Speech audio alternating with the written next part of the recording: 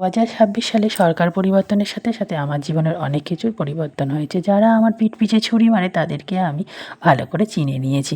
আর অচেনা মানুষগুলোকেও আরও ভালো করে চিনে ফেলেছি। কিন্তু তাদের হিসাব ঠিক উপরওয়ালাই করবে। Hello everyone, welcome back to my channel.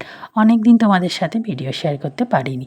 আজকে তো রথযাত্রা, তাই সকালবেলা স্নান সেরে ঠাকুর ঘরে এসে মেয়ে ঘুরতে গিয়েছিল কিছুদিন আগে দীঘাতে। সেখান থেকে একটা জগন্নাথ দেবের ফটো কিনে নিয়ে এসেছিল। সেটাকে আজকে ঠাকুর ঘরে সিংহাসনে বসিয়ে পুজো দিলাম। এরপর বরমশাই বলেছিল রথযাত্রার দিন বাড়িতে কোনো আমিষ খাবার হবে না, তাই আজকে দুপুরের খাবারের জন্য এখানে আমি সব কিছু কেটে গুছিয়ে নিয়েছি। তারপর সব একে একে বানিয়ে নিলাম।